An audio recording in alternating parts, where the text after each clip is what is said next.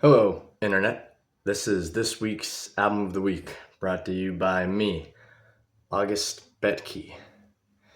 I'm going to be renaming my channel as such, as much like the two albums and the two artists represented in this YouTube video, I felt that the themes of my music have changed enough for me to depart from my old moniker of Sea Housing and release music under my own personal name. All right, let's get onto the video. I'm gonna readjust my cell phone. So, the first album of the week for this week and last week is Magnolia Electric Company by Songs Ohio. Fronted by Jason Molina, the band produced the greatest country album of all time. It was recorded and mixed by Steve Albini, and of course written by Jason Molina, but also features vocal parts on two songs from um, Scout Niblett, who has a career as a musician, and Lawrence Peters, who I didn't do any research on if he's released anything yet, but I did start listening to Scout Niblett's first album too, and it was pretty good, but I only ended up listening to the first couple songs. I was busy. But this album, it is a genius, masterful work of art that everybody needs to listen to.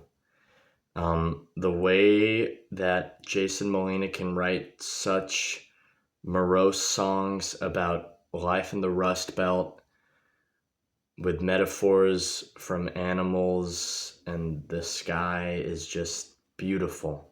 He's a beautiful songwriter and a fantastic lyricist and an amazing vocalist too. There's lyrics in there that have changed the way that I try to approach writing lyrics in my own music. The whole album is full of it. Much like the previous albums, Didn't It Rain, Ghost Tropic, The Lioness, he just continues with his somber yet beautiful songwriting. The rest of the band, I believe this album was recorded almost entirely live, so it has that energetic live band feel to it. The other albums are not as energetic by Songs Ohio. Anybody who listens to them knows that they're very slow and somber. They're still beautiful and they're still great, but this album just has an energy that just makes it. It's like how Neil Young was able to make hard rock country, but have it still feel like real humble music. That's what Jason Molina does on this album, and a large part thanks to Steve Albini. It's loud and it's almost noisy, but it's still beautiful country music. It's what I feel like the genre should sound like when it's not more soulful acoustic. It's filled with there's lots of influence from the blues, and a folk music on it. It's not just a country album. It's very bluesy. It's in the birth of just the wide range of Americana music. The louder, more full band arrangement brings Jason Molina's already amazing songwriting all the way up to the next level. Didn't It Rain's sparseness is very interesting, but his songwriting really shines with the whole band lifting him up. And that album was the shift in the themes and also the sound between Songs Ohio and then Magnolia Electric Company, the band. With the album of the same name, the band Songs Ohio shifted from their quiet, sparse beginnings to the more energetic live band sound that Magnolia Electric Company became. And I like them both equally. I like Songs Ohio a little bit more, but I like them both equally.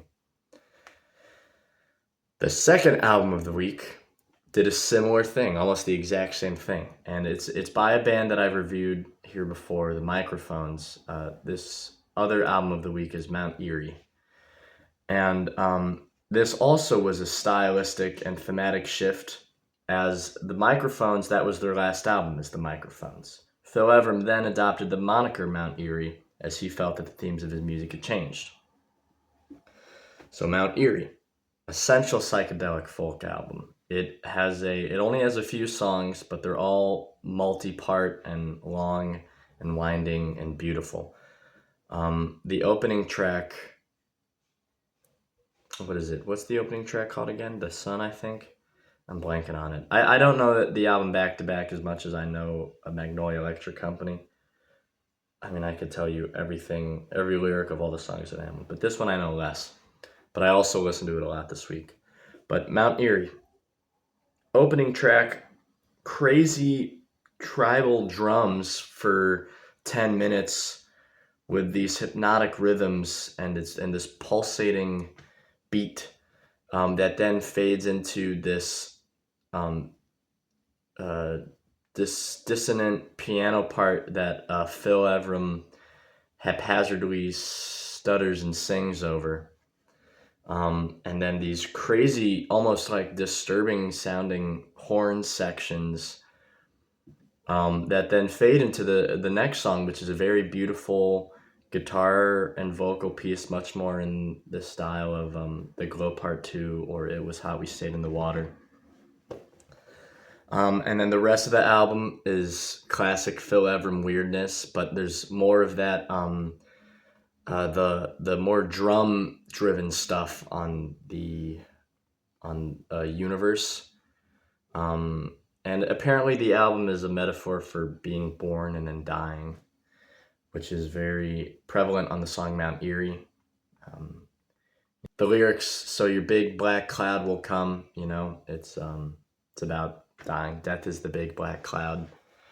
But it's really, he just does a great, beautiful job of mixing folk and ambient and avant-garde genres to create a very fascinating listening experience. And unlike Magnolia Electric Company, where they're songs, like on Magnolia Electric Company, you've got, Farewell Transmission,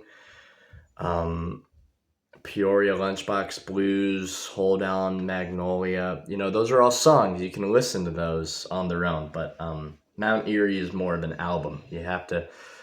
I often joke that Phil Evram doesn't really know how to make a normal album.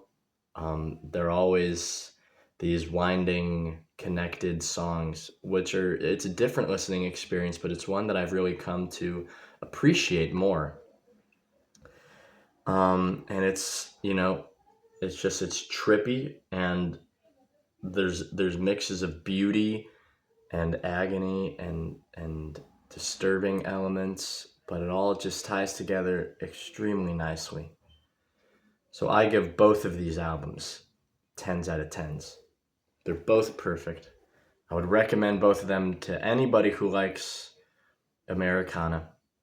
They're very different albums, but they're both great albums, and I've been listening to both of them all week.